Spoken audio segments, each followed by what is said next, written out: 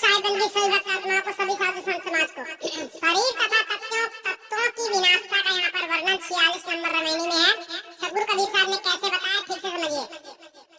बिन से नान गरुण कल जाई, बिन से कपटी औसत भाई, बिन से पाप पुण्य जिन कीना, बिन से गुण निर्गुण जिन कीना, बिन से अग्नि पवन और पानी, बिन से सृष्टि कहाँ लो बनी, विष्णु लोक बिन से छिन माही, यहाँ देखा प्रलय की छाई। साकी है मत रूप माया भई जबरई केले आहेर, हरिहर ब्रह्म न ऊपरे सुर नर मुनि के ना यानी शेषनाग गानी यानी कहाँ तक गिनाया जाए, हाँ यानी मैं जबरई यानी बलपूर्वक। सदगुरु कबीर साहब इस रामायणी में महाप्रलय के समय का वर्णन करते हैं कि महाप्रलय के समय में सर्वप्रथम जीवों के शरीर का विनाश होता है और उसके पश्चात तत्वों का विनाश होता है।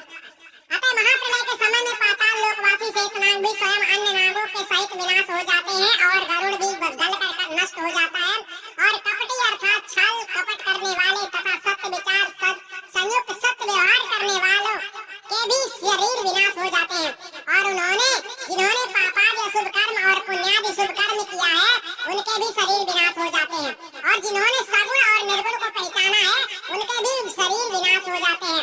भाव यह है कि महाप्रलय के समय में मृत्युलोक के अतिरिक्त पाताल लोकवासी और स्वर्ग लोकवासी भी काल के चंगुल से नहीं बचते क्योंकि लोकांतरवासी और क्या प्रभावशाली लोगों का शरीर तो सबका विनाश होता है, अर्थात माया के कार रूप पंचभूत से उत्पन्न होने वाले किसी के भी शरीर स्थायी नहीं रहते हैं, वह अवश्य भी कभी विनाश होते हैं।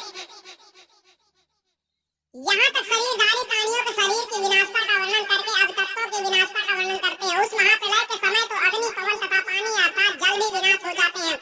अग्नि पवन तथा पानी के विनाश कथन से शेष पृथ्वी का भी विनाश कथन समझ लेना चाहिए। कहाँ तक गिना जाए, सारी ही सृष्टि का विनाश हो जाता है। सबसे अधिक काल तक रहने वाला विष्णु लोक अर्थात वैकुंठ लोक भी क्षण मात्र में विनाश हो जाता है। सदगुरु कबीर साहब कहते हैं कि इस प्रकार मैंने सर्व पर व्याप्त हुई महाप्रलय की छाया को देखा है। उस महाप्रलय के समय ब्रह्मांडाभिमानी आत्मा ईश्वर निरंजन की संकल्प रूप इच्छा शक्ति माया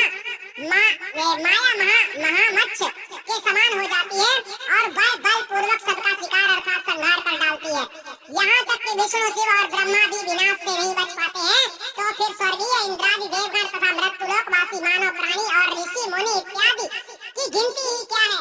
भाव यह है कि जड़ पांच भौतिक माइक सृष्टि का उत्पत्ति तथा प्रलय का कर्ता ब्रह्मांडाभिमानी आत्मा ईश्वर निरंजन है, उसी को काल पुरुष निरंजन भी कहते हैं। वही जगत का नियंता